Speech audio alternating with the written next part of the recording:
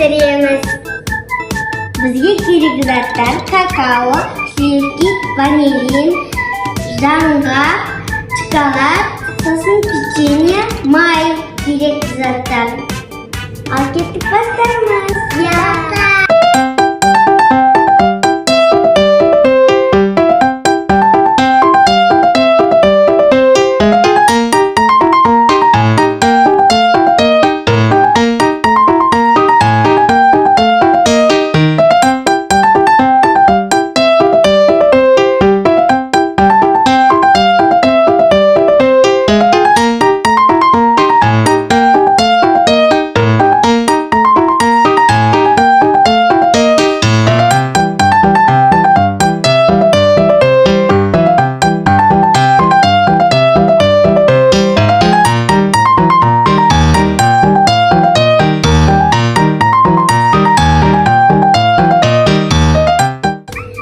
Достар, бәрін істедік, енді мұна ыдысқа саламыз.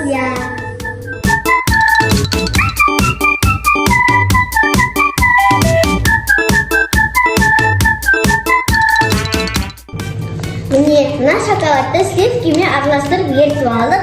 Енді мұна торттың үстіне құямыз. Міне.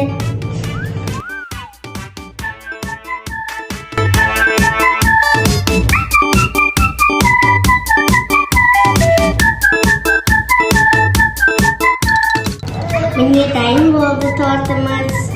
Енді астындағы қызыл кнопканы басып қойыңдар. Сосын лайкты басыңдар, аямай. Пока.